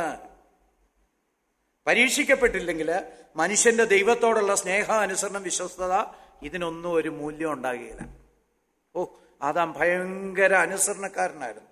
കാരണം ഏദൻ തോട്ടത്തിൽ നന്മതിന്മകളെ കുറിച്ചുള്ള അറിവിന്റെ വൃക്ഷവും ഉണ്ടാക്കിയില്ല, ജീവവൃക്ഷവും ഉണ്ടാക്കിയില്ല. അതുകൊണ്ട് ഇവർ വലിയ അനുസരണമുള്ള, അങ്ങനെ പറയാനേ പറ്റുകയില്ല. ഈ മരമാണ് അവരുടെ അനുസരണത്തെ ടെസ്റ്റ് ചെയ്യുന്നത്. ഈ മരമില്ലെങ്കിൽ അവരുടെ അനുസരണം ടെസ്റ്റ് ചെയ്യാനായിട്ട് കഴിയത്തേ ഇല്ലായിരുന്നു. അങ്ങനെ കഴിഞ്ഞില്ലെങ്കിൽ അവരുടെ അനുസരണത്തിനും ദൈവത്തോടുള്ള ലൊയാലിറ്റി, ആ വിധേയത്വത്തിനും സ്നേഹത്തിനും ദൈവത്തോടുള്ള ബന്ധത്തിനും ഒന്നും ഒരു വിലയുണ്ടാകുകയില്ല. പരീക്ഷയില്ലാതെ MBBS കിട്ടിയ ആളിന്റെ ഡിഗ്രിയുടെ വില പോലും ഈ മരങ്ങളില്ലായിരുന്നെങ്കിൽ ആദാമിന്റെ അനുസരണത്തിനൊന്നും ഉണ്ടാകില്ലായിരുന്നു. അപ്പൊ ഈ അനുസരണത്തിന് എനിക്ക് വില വേണ്ടെന്ന് ഒരാൾ അങ്ങ് തീരുമാനിച്ചാലോ, എന്താ പോലെ അടുത്ത പരീക്ഷ തൊട്ടൊന്നും ഒരു പരീക്ഷയ്ക്കും പോകുന്നില്ല എന്നങ്ങ് തീരുമാനിക്കുക. എനിക്ക് ഇവരുടെ ഡിഗ്രിയും വേണ്ട, ഒരു കാര്യവും വേണ്ട, ഞാൻ ശരിക്കും പോയിരുന്നു പഠിക്കും, പരീക്ഷ വരുമ്പോൾ പോകില്ല, അങ്ങനെ തീരുമാനിക്കാൻ പറ്റുമോ? എന്നാ കാര്യം? ഈ അറിവ് ടെസ്റ്റ് ചെയ്യപ്പെടുന്നതുകൊണ്ട് പല ഗുണങ്ങളുണ്ടല്ലേ? അല്ലേ? ജോലി കിട്ടും, ശമ്പളം കിട്ടും, നല്ല പെണ്ണിനെയും ചെറുക്കനെയും ഒക്കെ കിട്ടും അല്ലേ? ഈ അറിവ് പരിശോധിക്കുന്നത് ആവശ്യമാണ്. എന്ന് പറഞ്ഞതുപോലെ സ്നേഹവും വിശ്വസ്തതയും ദൈവത്തോടുള്ള വിധേയത്വവും ഒക്കെ പരിശോധിക്കുന്നത് കൊണ്ട് നമുക്ക് പ്രയോജനമുണ്ട്. അപ്പൊ അത് പരീക്ഷിക്കപ്പെട്ടേ പറ്റൂ. ഏദൻ തോട്ടത്തില് മനുഷ്യന്റെ അനുസരണവും സ്നേഹവും ഒക്കെ പരീക്ഷിക്കാൻ ഒരു കുന്ത്രാണ്ടം ഉണ്ടേലേ പറ്റൂ. ഈ കുന്ത്രാണ്ടം എന്ന് പറഞ്ഞാൽ അത് മോശം വാക്കാന്നോ അല്ല, എക്യുപ്മെന്റ് എന്നുള്ളതിന്റെ മലയാളമാണ്. ഒരു എക്യുപ്മെന്റ് വേണം, ഉപാധി വേണം, എന്തെങ്കിലും ഒരു സാധനം ഉണ്ടേലേ പറ്റത്തുള്ളൂ. മുകളിൽ പറഞ്ഞവ പരീക്ഷിക്കുന്നതിന് ഒരു പരീക്ഷണ ഉപകരണം ആവശ്യമാണ്. അടുത്ത് വരുന്നുണ്ടത്, സാറ് ചോദിക്കുമെന്ന് ഞാൻ മനസ്സിലാക്കി, നേരത്തെ എഴുതിയിട്ടുണ്ട്. ഓക്കെ, അതിനായിട്ട് ദൈവം 2 വൃക്ഷങ്ങളെ സൃഷ്ടിച്ചു, ജീവവൃക്ഷവും അറിവിന്റെ വൃക്ഷവും. ഇത് രണ്ടും പരീക്ഷണത്തിനുള്ള ഉപകരണങ്ങളായിരുന്നു. മനുഷ്യനെ പരീക്ഷിക്കാൻ ദൈവം സൃഷ്ടിച്ച ഉപകരണങ്ങളായിരുന്നു ജീവവൃക്ഷവും അറിവിന്റെ വൃക്ഷത്തിന്റെ ഫലവും. ഓക്കെ, സംശയമുണ്ടോ? ഓക്കെ, അനുസരണത്തിനും മറ്റുമുള്ള ഉദ്ദേശം പ്രകടിപ്പിക്കാൻ മനുഷ്യൻ ആദ്യത്തേതിൽ നിന്നും, അനുസരിക്കാതിരിക്കാനുള്ള ഉദ്ദേശം പ്രകടിപ്പിക്കാൻ രണ്ടാമത്തേതിൽ നിന്നും ഭക്ഷിക്കാമായിരുന്നു. വേണേ ജീവവൃക്ഷത്തിൽ നിന്ന് ഭക്ഷിക്കാം. അതിൻ്റെ അർത്ഥം എന്നാ? ദൈവത്തോടൊരു പ്രഖ്യാപനം നടത്തുക, എനിക്ക് നിന്നെ വേണം, I love you, I want to obey you, I want your relationship, എനിക്ക് നിന്നെ വേണം, എനിക്ക് നിന്നെ അനുസരിക്കണം, നീയുമായിട്ടുള്ള ബന്ധത്തിന് ഞാൻ ഭയങ്കര വില കൊടുക്കുന്നുണ്ട്, അതുകൊണ്ട് ഞാൻ ഈ ജീവവൃക്ഷത്തിന്റെ ഫലം തിന്നാനായിട്ട് പോവുക. അതൊരു വോട്ടിങ്ങാണ്. 2 കട്ടകളുള്ള ഒരു വോട്ടിംഗ് മെഷീനാണ് അല്ലേ? ഇപ്പം കോർപ്പറേഷൻ ഇലക്ഷൻ വരാൻ പോകാന്നല്ലോ, 2 കട്ടകളുള്ള വോട്ടിംഗ് മെഷീനാണ്. ജെ എന്നുള്ള കട്ട അല്ലെ ജി എന്നുള്ള കട്ട, ജീവവൃക്ഷത്തിന്റെ കട്ട, അത് തിന്നുക എന്നെങ്കിൽ നമ്മൾ വോട്ട് ചെയ്യുന്നത് ദൈവത്തിന് അനുകൂലമായിട്ടാണ്. ഇനിയും നന്മതിന്മകളെ കുറിച്ചുള്ള അറിവിന്റെ വൃക്ഷത്തിന്റെ ഫലം തിന്നാൽ ദൈവത്തിന് എതിരാണ്. ഇതൊരു യൂണിറ്റ് ആയിരുന്നു ഈ 2 മരങ്ങളും. ഇത് രണ്ടും കൂടെ ചേർത്ത ഒരു പരീക്ഷണ ഉപകരണം ഏദൻ തോട്ടത്തിൽ ദൈവം ഉണ്ടാക്കി. ഇത് അത്യാവശ്യമായിരുന്നു. ഇതുണ്ടാക്കിയില്ലായിരുന്നുവെങ്കിൽ മനുഷ്യന്റെ അനുസരണവും സ്നേഹവും ഒന്നും ടെസ്റ്റ് ചെയ്യാനായിട്ട് പറ്റത്തില്ലായിരുന്നു. It would have been impossible. Okay, ഇനിയും അറിവിന്റെ വൃക്ഷത്തിൽ നിന്ന് തിന്നുന്നതിന്റെ അനന്തര ഫലങ്ങളെ കുറിച്ച് ദൈവം മനുഷ്യന് മുന്നറിയിപ്പ് നൽകിയിരുന്നു. വേണ്ട ഇൻസ്ട്രക്ഷനൊക്കെ കൊടുത്തു. നമ്മൾ ബൈബിളിൽ വായിക്കുമ്പോൾ ഒറ്റ വാക്യത്തിലൊക്കെയാണ് പറഞ്ഞിരിക്കുന്നതെങ്കിലും ദൈവം അത്രേ പറഞ്ഞുള്ളൂ എന്ന് നമുക്ക് ചിന്തിക്കാൻ പറ്റത്തില്ല. ചിലപ്പം വിശദമായിട്ട് പറഞ്ഞു കാണും.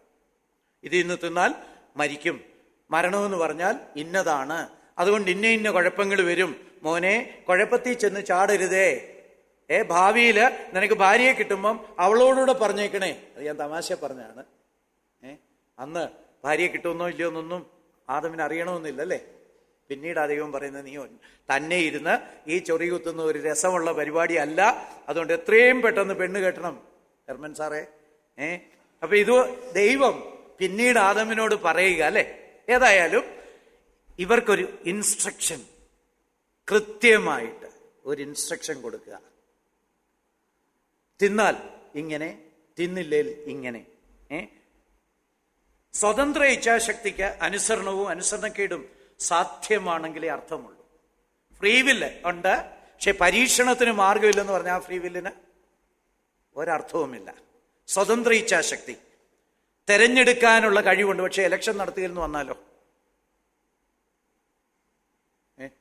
സ്വതന്ത്ര ഇച്ഛാശക്തിയൊക്കെ ഉണ്ട്, നിങ്ങൾക്ക് വോട്ട് ചെയ്താൽ ഇഷ്ടമുള്ള സ്ഥാനാർത്ഥിക്ക് വോട്ട് ചെയ്യാം, പക്ഷേ ഞങ്ങൾ ഇലക്ഷൻ നടത്തുകയില്ല, എന്നോ ചെയ്യും, പെട്ടുപോകും അല്ലേ. പണ്ട് ഞങ്ങളൊക്കെ കുഞ്ഞുങ്ങളായിരുന്നപ്പോഴ് 1965 കണ്ടാ പഞ്ചായത്ത് ഇലക്ഷൻ നടന്നത്. അത് കഴിഞ്ഞ് പിന്നെ ഏതാണ്ട് 1983 84 അടുത്ത ഇലക്ഷൻ നടന്നു. 25 വർഷം ഒരേ പ്രസിഡന്റ്. പലരും പ്രസിഡന്റായിട്ടാണ് മരിച്ചത്. കാരണം 60-ാം വയസ്സിൽ പ്രസിഡന്റ് ആയോന് 80-ാം വയസ്സിൽ ചത്ത പ്രസിഡന്റായിട്ട് തന്നെ ചാകാനുള്ള ഫെസിലിറ്റി ഉണ്ടായിരുന്നു അന്ന്. എലക്ഷൻ നടത്തിയില്ല. എങ്ങനെയാ ചോയ്സ് കൊടുക്കുന്നത് എന്ന് പറഞ്ഞതുപോലെ എനിക്ക് സെലക്ട് ചെയ്യാനുള്ള അവകാശമുണ്ടെങ്കിൽ അതിനുള്ള സാധ്യത വേണം. അതിനുവേണ്ടി ഒരു പരീക്ഷണ ഉപകരണം വേണം. ആ പരീക്ഷ ഉപകരണം വോട്ടിംഗ് മെഷീൻ അല്ലായിരുന്നു. ഇവിടെ 2 മരങ്ങളായിരുന്നു, ജീവവൃക്ഷവും നന്മതിന്മകളെ കുറിച്ചുള്ള അറിവിന്റെ വൃക്ഷം. ഇതില്ലെങ്കിൽ നമുക്ക് സെലക്ട് ചെയ്യാൻ, അല്ലെ ഫ്രീ വില്ലുണ്ട്, സ്വതന്ത്ര ഇച്ഛാശക്തി ഉണ്ടെന്നൊന്നും പറയുന്നതിന് ഒരർത്ഥമില്ലായിരുന്നു. ദൈവം അറിവിന്റെ വൃക്ഷം സൃഷ്ടിക്കേണ്ടി വന്നത് ഇല്ലെങ്കിൽ സ്വതന്ത്ര ഇച്ഛാശക്തി, അനുസരണം എന്നിവയ്ക്ക് ഒരർത്ഥവും ഉണ്ടാകത്തില്ലായിരുന്നു. ഈ 2 മരവും ഇല്ലായിരുന്നെങ്കിൽ, പ്രത്യേകിച്ച് നന്മതിന്മകളെ കുറിച്ചുള്ള അറിവിന്റെ വൃക്ഷമില്ലായിരുന്നുവെങ്കിൽ ഒരു വിധേനയും ഈ മനുഷ്യന് ഫ്രീ വില്ല് ഉണ്ടെന്ന് പറയാൻ പറ്റത്തില്ലായിരുന്നു, അനുസരണം ഉണ്ടെന്ന് പറയാൻ പറ്റത്തില്ലായിരുന്നു, സ്നേഹം ഉണ്ടെന്ന് പറയാൻ പറ്റത്തില്ലായിരുന്നു, ഒരു ഗുണവിശേഷം ഉണ്ടെന്ന് പറയാൻ പറ്റത്തില്ലായിരുന്നു. മനുഷ്യൻ ഒരു നിർഗുണ പരബ്രഹ്മം പോലായിരുന്നേനെ, നിർഗുണന്മാരായിരുന്നേനെ. നന്മ ചെയ്യാൻ കഴിയത്തില്ല, തിന്മ ചെയ്യാൻ കഴിയത്തില്ല, ഗുണം ചെയ്യാൻ കഴിയത്തില്ല, ദോഷം ചെയ്യാൻ കഴിയത്തില്ല. അതുകൊണ്ടാണ് ദൈവം ഈ മരങ്ങൾ സൃഷ്ടിച്ചത്. A table or donkey have no free will and they are not tested at all nor they commit disobedience. ഒരു മേശയോ ഒരു കഴുതയോ സ്വതന്ത്ര ഇച്ഛാശക്തിയുള്ളവയല്ല. അതുകൊണ്ട് തന്നെ അവ പരീക്ഷിക്കപ്പെടുന്നേയില്ല. അതുകൊണ്ട് തന്നെ അവ പാപം ചെയ്യുന്നില്ല, അനുസരണക്കേട് കാണിക്കുന്നില്ല. മനുഷ്യനെ സ്വതന്ത്ര ഇച്ഛാശക്തിയോട് സൃഷ്ടിക്കാനുള്ള തീരുമാനത്തിന്റെ അടിസ്ഥാനത്തിലാണ് ദൈവം വൃക്ഷത്തെ സൃഷ്ടിക്കേണ്ടി വന്നത്. മനുഷ്യനെ സ്വതന്ത്ര ഇച്ഛാശക്തിയോട് സൃഷ്ടിക്കണം, മരം ഉണ്ടെങ്കിലേ പറ്റൂ. അല്ലേ പിന്നെ എന്നോ ചെയ്യണം? മനുഷ്യനെ സൃഷ്ടിക്കേണ്ടെന്ന് വയ്ക്കണം. പ്രത്യേകിച്ച് സ്വതന്ത്ര ഇച്ഛാശക്തിയുള്ള മനുഷ്യനെ സൃഷ്ടിക്കാതെ വരണം. ഞാൻ ഇങ്ങനെ ഇരുന്ന് ആലോചിച്ച് ദൈവം പ്ലാനൊക്കെ ഇട്ടപ്പം പിശാചെന്നും പറഞ്ഞൊരു ശത്രുവുണ്ട്. അവൻ ഈ മനുഷ്യരെ കൊണ്ട് കുഴി ചാടിക്കും, ഇവർ പാപം ചെയ്യും, അതുകൊണ്ട് ഞാൻ സൃഷ്ടിക്കുന്നില്ലെന്നും പറഞ്ഞ് വേണേ ദൈവത്തിന് ഇരിക്കായിരുന്നു. അപ്പം പക്ഷേ ദൈവം പിശാചിനെ പേടിച്ച് തൻ്റെ പ്ലാൻ ചെയ്യാത്ത ഒരു മണ്ടൻ, ഒരു പരാജിതനായ ദൈവമായിരുന്നേനെ, ദൈവം അല്ലാതായി പോയേനെ. അതായത് ഇച്ഛാശക്തിയോടെ മനുഷ്യനെ സൃഷ്ടിക്കണമെങ്കിൽ പരീക്ഷണ സിസ്റ്റം ഉണ്ടേലേ പറ്റൂ, മരങ്ങളുണ്ടേലേ പറ്റൂ. ഇച്ഛാശക്തിയോടുകൂടെ മനുഷ്യനെ സൃഷ്ടിച്ചില്ലെങ്കിൽ ദൈവം പരാജയപ്പെടുക, ദൈവം ഇല്ലാതെയാകുക. നമുക്കതിലേക്ക് വരാം. പാമ്പിന് ഇച്ഛാശക്തിയില്ല, പിശാച് അവനെ സ്വാധീനിച്ചാണ്. അതിനുള്ള സൂചനകൾ ബൈബിളിൽ പലയിടത്തും ഉണ്ട്. അതിലേക്ക് വരുന്നുണ്ട്. അടുത്തൊരു ക്വസ്റ്റ്യൻ ഫുൾ അതാണ്. അന്തരം പറഞ്ഞാൽ പോരെ? ഓക്കെ. മനുഷ്യനെ സ്വതന്ത്ര ഇച്ഛാശക്തിയോട് സൃഷ്ടിക്കാനുള്ള തീരുമാനത്തിന്റെ അടിസ്ഥാനത്തിലാണ് ദൈവം മനുഷ്യനെ സൃഷ്ടിക്കേണ്ടി വന്നത്. മനുഷ്യനെ ഞാൻ നല്ല കഴിവുള്ളവനായിട്ട്, കണ്ടുപിടുത്തങ്ങൾക്കൊക്കെ കഴിവുള്ളവനായിട്ട്, ഭയങ്കര കൺസ്ട്രക്ഷനൊക്കെ ഉണ്ടാക്കുന്നവനായിട്ട്, ഭയങ്കര ഫാക്ടറി ഉണ്ടാക്കുന്നവനായിട്ട്, ഭയങ്കര ഗംഭീരനായിട്ട് ഉണ്ടാക്കാൻ പോവുകയാണെന്ന് പ്ലാൻ ചെയ്തപ്പോഴേ ദൈവം ഉള്ളിൽ കണ്ടു, അങ്ങനെ സൃഷ്ടിക്കണമെങ്കിൽ മരം കൂടെ സൃഷ്ടിച്ചേലേ പറ്റൂ. It cannot be otherwise. അപ്പം മനുഷ്യനെ സ്വതന്ത്ര ശക്തിയോട് സൃഷ്ടിക്കണോ? മരം വേണം. മനുഷ്യനെ ഇച്ഛാശക്തിയോട് സൃഷ്ടിക്കണോ തീരുമാനിക്കാമോ? പറ്റത്തില്ല. അപ്പം ദൈവത്തിന്റെ ബെസ്റ്റ് ക്രിയേഷൻ ഇല്ലാതെ പോയേനെ. മാത്രമല്ല, ദൈവം പിശാചിനെ പേടിച്ച് ചില കാര്യങ്ങൾ ചെയ്യാതെ വന്നു എന്ന് പിശാച് തന്നെ ദൈവത്തിന്റെ മുഖത്ത് നോക്കി പറഞ്ഞു, നീ എന്നോ ദൈവമാടാ, എന്നെ പേടിച്ചല്ലേ മനുഷ്യനെ സൃഷ്ടിക്കണ്ടെന്ന് വെച്ചേ. മനുഷ്യനെ സൃഷ്ടിച്ചാൽ അവൻ തോറ്റുപോകുന്നു എനിക്കറിയാം അല്ലേ? അയ്യോ, എന്തൊരു അല്ലേ കഷ്ടമായിരുന്നു. അങ്ങനെ ദൈവം ഒരിക്കലും ഒരവസരം കൊടുക്കത്തില്ല. Tree of life, eat of this tree എന്നുള്ള കൽപ്പനയും കൊടുത്തു. Tree of knowledge and good and evil, do not eat from this tree. നമ്മുടെ സാധാരണ ഈ പൂന്തോട്ടത്തിൽ പൂക്കളിൽ തൊടരുത് എന്നും പറഞ്ഞ് ഗാർഡനിലൊക്കെ എഴുതി വെച്ചേക്കും അല്ലേ? തൊടരുത് എന്ന് പറഞ്ഞ പോലെ ദൈവം ആ മരത്തിന്റെ അടുത്ത് എഴുതി വെച്ചെന്നല്ല, കൽപ്പന കൊടുത്തു. ജീവവൃക്ഷത്തിന്റെ ഫലം തിന്നാൻ കൽപ്പന ഉണ്ടായിരുന്നു. അതിന്റെ മുന്നിലത്തെ വാക്യത്തില് 16-ാമത്തെ വാക്യത്തില് തോട്ടത്തിലെ സകല വൃക്ഷത്തിന്റെയും ഫലം നീ ഇഷ്ടം പോലെ കഴിക്കണം. അത് മലയാളത്തിലെ ട്രാൻസ്ലേഷൻ അത്ര കൃത്യമായിട്ട് വന്നില്ല. ഈറ്റിംഗ് ദൗ ഷാൽട്ട് ഈറ്റ്, നീ തിന്നണം, തിന്നുകൊണ്ടേയിരിക്കണം. കാരണം ഇവന് വേണ്ട ഈ വിറ്റാമിനുകളും ഗുണങ്ങളും എല്ലാം ഈ പല മരങ്ങളിലായിട്ട് സൃഷ്ടിച്ചു വെച്ചിട്ടുണ്ട്. പിന്നെ ദൈവത്തോടുള്ള സ്നേഹം പ്രകടിപ്പിക്കാൻ ഒരു ജീവവൃക്ഷവും സൃഷ്ടിച്ചിട്ടുണ്ട്. അപ്പൊ ഇതെല്ലാം തിന്നണം, നീ ധാരാളമായിട്ട് ഇതിൽ നിന്ന് തിന്നണം കൽപ്പനയുണ്ടായിരുന്നു. അപ്പം ജീവവൃക്ഷത്തിന്റെ ഫലവും തിന്നണം. പിന്നെ വേറൊരു മരമുണ്ട്, അതിന്റെ ഫലം തിന്നാതെ ഇരിക്കുകയും വേണം. ഇതാണ് ദൈവത്തിന്റെ വോട്ടിംഗ് മെഷീൻ. ദൈവത്തെ വേണോ, ദൈവത്തെ വേണ്ടേ, ഇത് പ്രകടിപ്പിക്കാൻ ദൈവം ഉണ്ടാക്കിയ ഒരു വോട്ടിംഗ് മെഷീനായത്. അതേസമയം ദൈവം സർവജ്ഞാനി ആയതിനാൽ മനുഷ്യൻ തന്നെ അനുസരിക്കാതിരിക്കുകയും പാപികളായി തീരുകയും ചെയ്യുമെന്ന് ദൈവത്തിന് അറിയാമായിരുന്നു. ദൈവത്തിന് അന്നേരേ അറിയാം, ഞാൻ ഇവനെ സൃഷ്ടിച്ചാൽ ഇവന് സ്വതന്ത്ര ഇച്ഛ കൊടുക്കണം. സ്വതന്ത്ര ഇച്ഛ കൊടുത്താൽ ഇവനെ പരീക്ഷിച്ചേ മതിയാകൂ. പരീക്ഷിച്ചാൽ ഇവൻ തോറ്റുപോകും. ഇതെല്ലാം അറിഞ്ഞുകൊണ്ടാണ് ദൈവം സൃഷ്ടിച്ചത്. നമ്മൾ ആദ്യത്തെ ക്ലാസ്സിൽ ചിന്തിച്ചതേ അതാണല്ലോ. ദൈവത്തിന് ഫോർനോളജ് ഉണ്ട്. നിത്യതയിൽ തന്നെ എല്ലാം അറിയാം. വരും വരാഴികളെല്ലാം അറിയാം. ആപത്തിൽ ചെന്നു ചാടുന്ന മണ്ടനല്ല ദൈവം. ദൈവത്തിന് ഇതെല്ലാം അറിയാമായിരുന്നു. പക്ഷേ വീഴ്ചയ്ക്ക് ശേഷം അവനെ വീണ്ടെടുക്കാൻ കഴിയുമെന്ന് ദൈവത്തിന് ഉറപ്പുണ്ടായതിനാൽ ദൈവം വീഴാൻ സാധ്യതയുള്ള മനുഷ്യനെ സ്വതന്ത്ര ഇച്ഛാശക്തിയോടെയും അവനെ പരീക്ഷിക്കാൻ വേണ്ടി മരത്തെയും സൃഷ്ടിച്ചു. ശരിയാ, മനുഷ്യനെ സൃഷ്ടിക്കണം. മനുഷ്യനെ സൃഷ്ടിക്കുമ്പോൾ സ്വതന്ത്ര ഇച്ഛാശക്തി, തീരുമാനമെടുക്കാനുള്ള കഴിവ് കൊടുക്കണം. അങ്ങനെ കൊടുക്കുമ്പോൾ ഒരു ശത്രു ഇങ്ങനെ കറങ്ങി നടക്കുന്നുണ്ട്. അവൻ പോയി ഇവനെ വഴിതെറ്റിക്കും, ഇവൻ പാപം ചെയ്യും, പാപിയായിട്ട് തീരും. ഇതൊക്കെ ദൈവത്തിന് അറിയായിരുന്നു. പക്ഷെ ദൈവത്തിന് ഒരു കാര്യം കൂടെ അറിയായിരുന്നു, എനിക്കിവനെ വീണ്ടെടുക്കാനായിട്ട് കഴിയും. I am able to redeem him. ഞാൻ ഒരു പരാജിതനായ ദൈവമല്ല. അതിനുള്ള മാർഗം എനിക്കറിയാം. ഞാനുമായിട്ട് ഒന്നായിരിക്കുന്ന എന്റെ പുത്രനെ മനുഷ്യനായിട്ട് അവതരിപ്പിച്ചിട്ട് ഇവർക്ക് പകരമായിട്ട് അവനെ ബലിയർപ്പിച്ചിട്ട് ഇവർക്ക് പാപമോചനം കൊടുത്ത് ഇവരെ തിരികെ വരുത്താൻ എനിക്കറിയാം. ഒരുപക്ഷെ പിശാചിന് അത് അറിയത്തില്ലായിരിക്കും അത്ര ക്ലിയർ ആയിട്ട്. പുള്ളി അരിച്ചു കാണും, ഇതോടുകൂടെ ദൈവത്തിന്റെ ആപ്പീസ് പൂട്ടും, ഇനി ഞാനായിരിക്കും വിലസുന്നേ. പുള്ളി അങ്ങോട്ട് ഉണ്ടാക്കട്ടെ. സർവജ്ഞാനിത്വമൊക്കെ കൊടുത്ത്, അല്ല തീരുമാനം എടുക്കാനുള്ള ഫ്രീ വില്ലൊക്കെ കൊടുത്ത് മനുഷ്യനെ ഉണ്ടാകട്ടെ, ഞാനൊരു പണി ചെയ്യാൻ പോകുന്നുണ്ട്. അപ്പൊ ഈ സൃഷ്ടിക്കുമ്പോഴൊക്കെ പുള്ളി പോയി ഒളിഞ്ഞു നോക്കിക്കാണും അല്ലേ? ദൈവദൂതന്മാരൊക്കെ സന്തോഷിച്ച ആ സമയത്തും പോയി ഒളിഞ്ഞു നോക്കിക്കാണും, എന്നാ ചെയ്യുന്ന, ചെയ്യട്ടെ. എനിക്ക് കഴിഞ്ഞ ആഴ്ച നമ്മൾ ചിന്തിച്ചതുപോലെ പാപം ചെയ്യുന്നവർക്കൊരു ഡെല്യൂഷൻ ഉണ്ടല്ലേ, ഒരു തോന്നലുണ്ട്, ഒരു വ്യാജത്തിൽ വിശ്വസിക്കത്തക്ക കഴിവ് അവർക്ക് അയക്കുന്നുണ്ട്. അതുകൊണ്ട് ഇവനും ചിന്തിച്ചു കാണും, ഞാൻ ഇവനെ തെറ്റിക്കും, അങ്ങനെ ദൈവത്തെ ശരിയാക്കും, ദൈവത്തിന്റെ പണി ക്ലോസ് ചെയ്യുമെന്നൊക്കെ തീരുമാനിച്ചു കാണും അല്ലേ?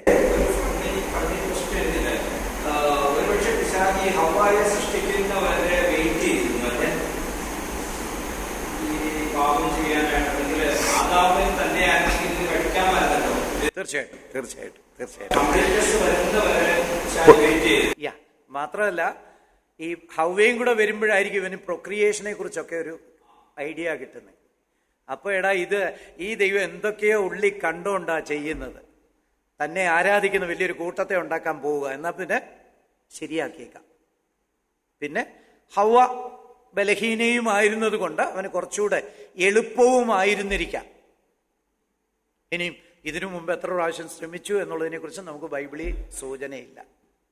ഓക്കെ, അപ്പം ഈ നമ്മൾ സാധാരണ വാഹനങ്ങളൊക്കെ മേടിക്കുമ്പോൾ നമുക്കറിയാം ഇതിന് കേടുവരുമെന്നല്ലേ. ഞാനിപ്പോൾ എൻ്റെ വണ്ടി വർക്ക്ഷോപ്പിലാണ്, മേടിച്ചപ്പോഴേ അറിയത്തില്ലായിരുന്നു, എനിക്കറിയായിരുന്നു ഇടയ്ക്കൊക്കെ ഇത് വല്ലാപ്പാണ് എന്നറിയാമായിരുന്നു. അപ്പം നമ്മളൊരു വാഹനം മേടിക്കുമ്പോഴും ഇങ്ങനെ പിന്നെ എന്താ മേടിക്കുന്നത് വർക്ക്ഷോപ്പുണ്ട്, അവർ നന്നാക്കി തരും. അങ്ങനെ വീണ്ടും എനിക്കൊരു 25 വർഷം 20 വർഷം 15 വർഷം 10 വർഷം കൂടെ ശരിക്കും ഓടിക്കാം. അതുവഴി എനിക്ക് ഒരുപാട് സൗകര്യം കിട്ടും, കർത്താവിനെ സേവിക്കാം അല്ലെ. വിശ്വാസികളാകുമ്പോൾ ഇങ്ങനെയൊക്കെ കണക്ക് കൂട്ടും. അപ്പം നമ്മളൊരു വാഹനം മേടിക്കുമ്പോൾ ഇതിന് പ്രശ്നം ഉണ്ടാകുമെന്നറിയാം, എന്നിട്ടും എന്തേ മേടിക്കുന്നു?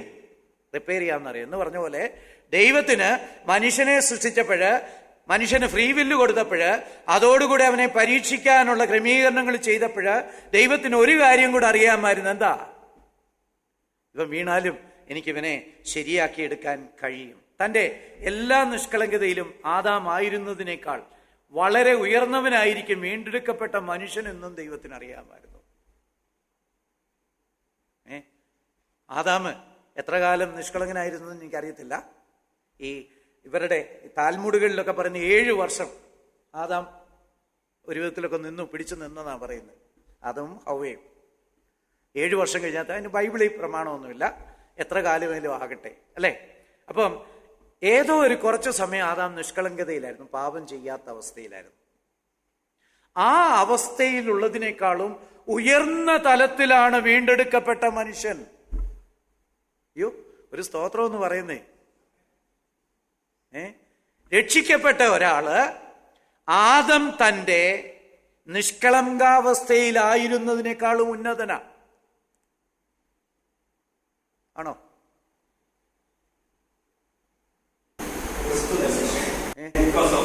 Because of Christ, definitely.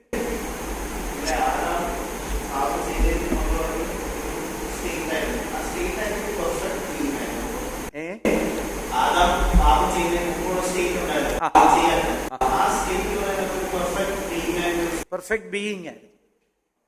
പക്ഷേ പൊസിഷനലി അത് ബീയിങ്ങില്ല. അവന്റെ അസ്തിത്വത്തിലാണ് അവൻ പെർഫെക്റ്റ് ആയിരുന്നു. പക്ഷെ പൊസിഷനിൽ, സ്ഥാനത്തില് രക്ഷിക്കപ്പെട്ട ഒരാൾ വളരെ ഉയർന്ന അവസ്ഥയില്ല, ആദാമിനേക്കാളും ഉയർന്ന അവസ്ഥയില്ല. അതിനൊരു സൂചനയാ, 1 lost and found sheep is more valuable than 99 in the fold. ഇതാര് പറഞ്ഞ? നഷ്ടപ്പെട്ടു പോയ ഒരാടിന് 99 ആടിനേക്കാളും വില കൊടുക്കുന്ന ഒരു കർത്താവുണ്ട്. അതിനകത്ത് വേറെ 2 മുകളിലൂടുണ്ടല്ലോ. ഏതൊക്കെയാ? 10 ദ്രഹ്മ, അതിലൊന്ന് കളഞ്ഞുപോയി.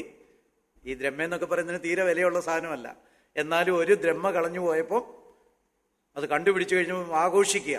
ചിലപ്പോൾ ആ ചെലവ് ചെയ്യാൻ ആ ഒരു ദ്രഹ്മയുടെ വിലയേക്കാളും കൂടുതൽ ചെലവ് വന്ന് കാണും അല്ലേ. ഓ, പിന്നെ 2 മക്കളിൽ ഒരാൾ അല്ലേ. ഈ നഷ്ടപ്പെട്ടു പോയ തോന്നിവാസം ജീവിച്ചവൻ, അവനെക്കുറിച്ചൊരു ഡിസ്ക്രിപ്ഷൻ മൂത്ത മോൻ പറയുന്നുണ്ട്. നിന്റെ ഈ മോൻ അങ്ങനെ ആയിരുന്നു ഇങ്ങനെ ആയിരുന്നു എന്നൊക്കെ പറയുന്നുണ്ട്. ഇവൻ വന്നപ്പോഴ് നീ വലിയ പാർട്ടി നടത്തിയോ പിതാവേ, അപ്പച്ചാ, ഡാഡി, നീ എന്തോ മനുഷ്യനാ, ഞാൻ അനുസരിച്ചൊക്കെ നടക്കുക, നീ എന്നെക്കാളും മൂല്യം ഈ മടങ്ങി വന്നവന് കൊടുത്തോ? കർത്താവ് പറഞ്ഞതിന് ലോജിക്കുണ്ടോ? ഇത് കർത്താവിന്റെ സ്വഭാവം തന്നെയാണ്. കർത്താവ് പറഞ്ഞത് ദൈവത്തിന്റെ സ്വഭാവമാണ്. നഷ്ടപ്പെട്ടു പോയ ഒന്നിനെ തിരിച്ചു കിട്ടിയാൽ അതിന് വലിയ വില കൊടുക്കുന്നു. ഇത് എന്തടിസ്ഥാനം? ആരും എന്നാ ചോദ്യം ചെയ്യാൻ? അങ്ങനല്ല കർത്താവ് എന്ന് എന്നാ ചോദ്യം ചെയ്യാൻ? അവിടെ ആടിനെ തീറ്റുന്നവരൊക്കെ ധാരാളമുണ്ട്. യേശു, നീ ഈ പറഞ്ഞത് അബദ്ധമാണ്, അങ്ങനെയല്ല എന്നാരും എന്നാ പറയാൻ? എല്ലാരും ഇങ്ങനെ മനുഷ്യ സഹജമാണ്, മനുഷ്യ സ്വഭാവം. അങ്ങനല്ലേ? ഒന്ന് ആലോചിച്ച് നോക്കിയേ. നമ്മുടെ ഏതെങ്കിലും ഒരു സാധനം ഒന്ന് മിസ്പ്ലേസ് ചെയ്ത്, അയ്യോ നമ്മളത് നോക്കിയാണെങ്കിൽ നമുക്ക് എന്തൊരു വിഷമോ അല്ലെ ഡിസ്കംഫർട്ടാ. ഇത് കിട്ടിക്കഴിയുമ്പം വേറെന്തെങ്കിലും നഷ്ടപ്പെട്ടപ്പോൾ നോക്കുമ്പോഴായിരിക്കും അത് കിട്ടുന്നത്. കഴിഞ്ഞ തവണ നഷ്ടപ്പെട്ട സാധനം പുതിയ സാധനം നോക്കാൻ പോയപ്പം കിട്ടി, ഇപ്പം പോയത് അടുത്തത് തിരയുമ്പം കിട്ടും അല്ലേ? ഇതാ നമ്മുടെ അനുഭവം പലപ്പോഴും. പക്ഷേ ഇത് കിട്ടിക്കഴിയുമ്പോൾ എന്തോ ഒരു സന്തോഷം അല്ലേ? എന്താ ഇങ്ങനെ? ചിന്തിച്ചിട്ടുണ്ടോ? മനുഷ്യന്റെ ഒരു സ്വഭാവമാണ് സ്നേഹത്തിൽ അധിഷ്ഠിതമായ. എൻ്റെ നഷ്ടപ്പെട്ടു പോയതിനെ തിരികെ കിട്ടുമ്പം എനിക്കങ്ങ് ഭയങ്കര ആവേശമാണ്. ഇത് മനുഷ്യന്റെ സ്വഭാവമാണ്. മനുഷ്യൻ ഈ സ്വഭാവം എവിടുന്നാ കിട്ടിയേ? ദൈവത്തിൽ നിന്നാണ്. ദൈവത്തിന്റെ സ്നേഹത്തിൽ നിന്ന് വരുന്ന ഒരു സ്വഭാവം. ഞാൻ ഉപയോഗിച്ചിരിക്കുന്നോണ്ടിരുന്ന ബൈബിൾ അയ്യോ സഭയെ വെച്ച് മറന്നുപോയി. പിന്നെ ഒരാഴ്ച വലിയ ഡിസ്കംഫർട്ടാണ്. അതിനിടയ്ക്ക് ഇവിടെ നിന്നുള്ള ആരെങ്കിലും ആ ജെയിംസ് ഓറീസ് പൊട്ടൻ ബൈബിൾ വെച്ചു പോയി എന്നാൽ എടുത്തുകൊണ്ട് കൊടുത്തു കളയാമെന്ന് വിചാരിച്ച് കൊണ്ടു തന്നാലോ ഭയങ്കര സന്തോഷമാണ്. ചിലപ്പോൾ ആ ഒരാഴ്ച ഇതെടുത്ത് തുറന്നു നോക്കുക പോലും ഇല്ലെന്നിരിക്കും. പക്ഷെ എന്നാലും നഷ്ടപ്പെട്ടു പോയതിന് തിരിച്ചു കിട്ടുമ്പോൾ ഭയങ്കര സന്തോഷമാണ്. ഒരു പാപി മാനസാന്തരപ്പെടുമ്പോൾ സ്വർഗത്തിൽ എന്തുണ്ടാകും എന്നാ പറഞ്ഞിരിക്കുന്നത് കർത്താവ്? സന്തോഷം ഉണ്ടാകും.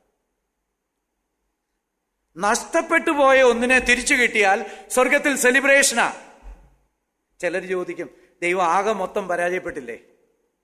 ഇത്രയും കോടി ആളുകളെ ഉണ്ടാക്കിയിട്ട് എത്ര ചുരുക്കമാ രക്ഷിക്കപ്പെട്ടവർ അല്ലേ? വളരെ കുറവല്ലേ? അയ്യോ ദൈവത്തിന്റെ കച്ചവടം പൊളിഞ്ഞല്ലോ. പൊളിഞ്ഞോ? ഒരെണ്ണത്തെ തിരിച്ചു കിട്ടിയാൽ തന്നെ ഈ സ്നേഹവാനായ പിതാവ് സംതൃപ്തനാ. അപ്പൊ അതുകൊണ്ട് ദൈവത്തെ സംബന്ധിച്ച് തന്റെ ബിസിനസ് ഭയങ്കര ലാഭമാണ്. ആ നഷ്ടപ്പെട്ടു പോയ ആടിനെ തോളിലെടുത്ത് വെച്ച് ഡാൻസ് ചെയ്യുന്ന ഒരിടയൻ അല്ലേ? ഓ, ഇത് വല്ലതും അറിഞ്ഞുകൊണ്ടാണോ നമ്മൾ ജീവിക്കുന്നത്? എന്നെ കിട്ടിയത് എൻ്റെ കർത്താവിന് ഇത്ര സന്തോഷമാണ്. അങ്ങനെ ആയിരുന്നെങ്കിൽ നമ്മൾ കുറച്ചുകൂടി ഉത്തരവാദിത്തോട് ജീവിച്ചേനെ അല്ലേ? വാസ്തവത്തിൽ നമ്മുടെ വിലയെന്താ? വർത്ത് ദ്രഹ്മയുടെ വില പോലും ഇല്ല. പക്ഷേ ആ സ്നേഹം കൊണ്ട് നമ്മുടെ ഇല്ലായ്മ ഒന്നും പ്രശ്നമാക്കാതെ നമ്മളെ വലിയ സമ്പാദ്യമായിട്ട് കണ്ടുകൊണ്ട് ദൈവം ആഘോഷിക്കുക. അപ്പൊ ദൈവത്തിന്റെ കണക്കനുസരിച്ച് അല്ലെ അബ്സല്യൂട്ട് സ്നേഹവാനായ ആത്യന്തിക സ്നേഹവാനായ ദൈവത്തിന്റെ കണക്കനുസരിച്ച് ദൈവം ഭയങ്കര സമ്പാദ്യം ഉണ്ടാക്കി കഴിഞ്ഞു. ഒരാൾ രക്ഷിക്കപ്പെട്ടാൽ മതിയായിരുന്നു കർത്താവിന്. കർത്താവ് പറയും യെസ് ബലേഭേഷ്, കിട്ടിപ്പോയി അല്ലെ? അതുകൊണ്ട് ഇത് ദൈവത്തിന്റെ സ്വഭാവമാണ്. വീണ്ടും ജനിച്ച ഒരു മനുഷ്യന്റെ മൂല്യം നശിച്ചു പോകുന്ന കോടികളെക്കാൾ വളരെ കൂടുതലാണ്. ഓക്കെ സാറേ, ഇത് ചിന്തിക്കാൻ ഇന്ന് നേരമില്ല, അടുത്ത ആഴ്ച. സാറ് മുമ്പേ ചോദിച്ച ചോദ്യമാണ്. അനുസരണത്തെ പരീക്ഷിക്കാൻ വൃക്ഷങ്ങൾ ഉചിതമായ ഉപകരണങ്ങളായിരുന്നു. പണ്ട് മനോരമ ആഴ്ചപ്പതിപ്പിലൊക്കെ നായകൻ ആത്മഹത്യ ചെയ്യാൻ പോകുന്നു എന്ന് പറഞ്ഞു വെച്ച് ബാക്കി അടുത്ത ആഴ്ച എന്ന് പറഞ്ഞ പോലെ സാറിന്റെ ചോദ്യം പോരെ? All right. അപ്പൊ ഇന്നത്തെ ടേക്ക് ഹോം എന്താ? We are valuable. എൻ്റെ ദൈവം എനിക്ക് വില കൽപ്പിച്ച് എന്നെ വീണ്ടെടുത്തതിൽ സന്തോഷിച്ചുകൊണ്ടിരിക്കുക. I'm somebody important for God. അപ്പൊ അതുകൊണ്ട് ആ ഡിഗ്നിറ്റിയില്, ആ സ്നേഹത്തില്, ആ നന്മയുടെ മുന്നില് വിധേയരായിട്ട് അർപ്പണബോധമുള്ളവരായിട്ട് ജീവിതകാലം മുഴുവൻ, ജീവിതത്തിലെ ഓരോ നിമിഷവും ഈ നല്ല നാഥന് വേണ്ടി ചെലവിടത്തക്ക വിധത്തില് നമ്മുടെ ജീവിതത്തെ സമർപ്പിക്കാൻ നമ്മളെ തന്നെ സമർപ്പിക്കാം. ദൈവം സ്നേഹമായതുകൊണ്ട് മാത്രമായി ഇങ്ങനെ. ദൈവത്തിൻ്റെ ആ ഒരു വിർച്യു, ആ ഒരു ധാർമ്മിക മൂല്യം, ആ ഒരു പ്രഭാവം, എന്തൊരു വ്യത്യാസം അല്ലേ? നമുക്ക് കർത്താവിൽ സന്തോഷിക്കാൻ, ആനന്ദിക്കാൻ, കർത്താവിനെ സ്തുതിക്കാൻ, ആരാധിക്കാൻ ധാരാളം കാര്യമുണ്ട് പ്രിയപ്പെട്ടവരെ. നമുക്ക് നമ്മുടെ ജീവിതം തന്നെ കർത്താവിന് വേണ്ടി സമർപ്പിച്ചുകൊണ്ട് വിശ്വസ്തമായിട്ടുള്ള ഒരു ജീവിതം നയിക്കാനായിട്ട് ഇടയാകട്ടെ. ദൈവനാമം മഹത്വപ്പെടുമാറാകട്ടെ. Thank you.